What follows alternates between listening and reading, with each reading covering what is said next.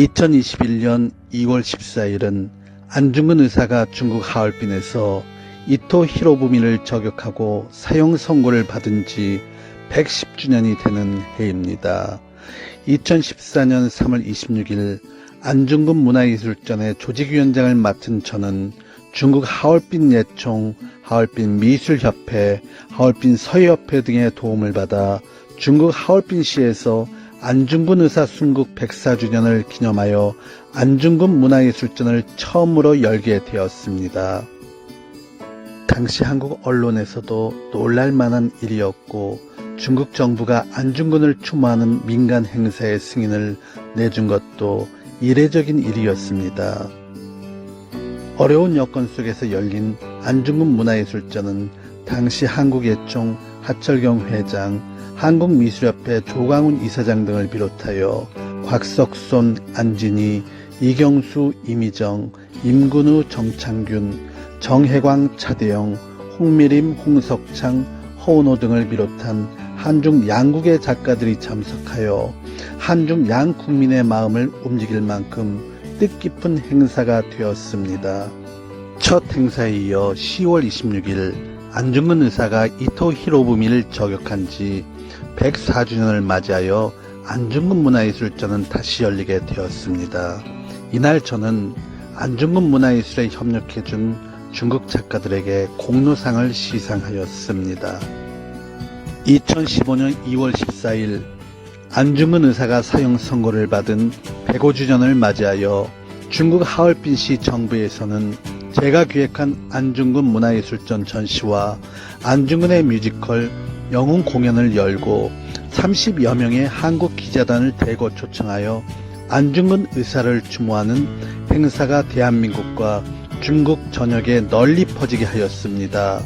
한국에서는 권지은, 권희연, 김가연, 김현태, 남궁원, 남재경, 낸실행, 안진희, 유승조, 이관수, 정창균, 정혜광, 조광훈, 차대영 등 한중 양국의 작가들이 참석한 행사는 예전에 비해 더욱 뜻깊게 열렸고 안중근은 한국인뿐만 아니라 중국인들의 마음에도 동북아의 평화를 위한 상징적인 인물로 존경을 받게 되었습니다.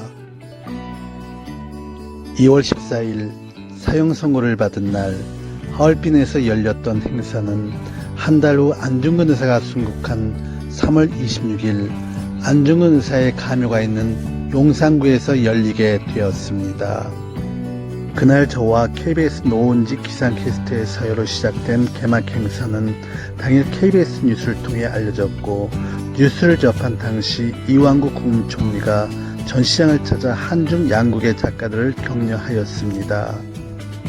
이후 안중근 문화예술전은 국내에서도 많은 관심을 가지며 중국인들에게 영웅 안중근을 알리는 대표적인 행사로 자리잡으려 했지만 사드의 정치적 문제가 발생되며 아쉽게도 몇 년 동안 열릴 수가 없었습니다.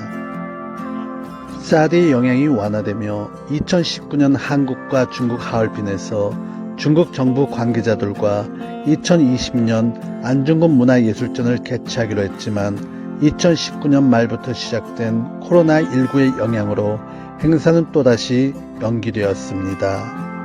2021년 새해가 시작되고 2월 14일 안중근 의사가 사형 선고를 받은 지 110주년이 찾아왔지만 아직도 끝나지 않는 코로나19의 영향으로 안중근 문화예술전은 개최할 수가 없습니다.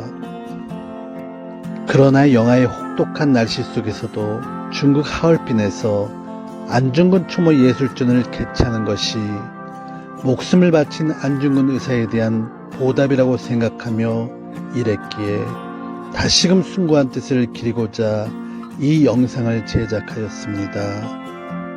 류이순 감옥에서 사형을 기다리며 국가안위 노심초사라는 내용의 글씨를 쓰시며 주권이 없는 이 나라의 독립을 위해 하루도 잠을 이루지 못한 영웅 안중근을 생각하며 이제는 하늘에서 편히 잠드시길 기도합니다.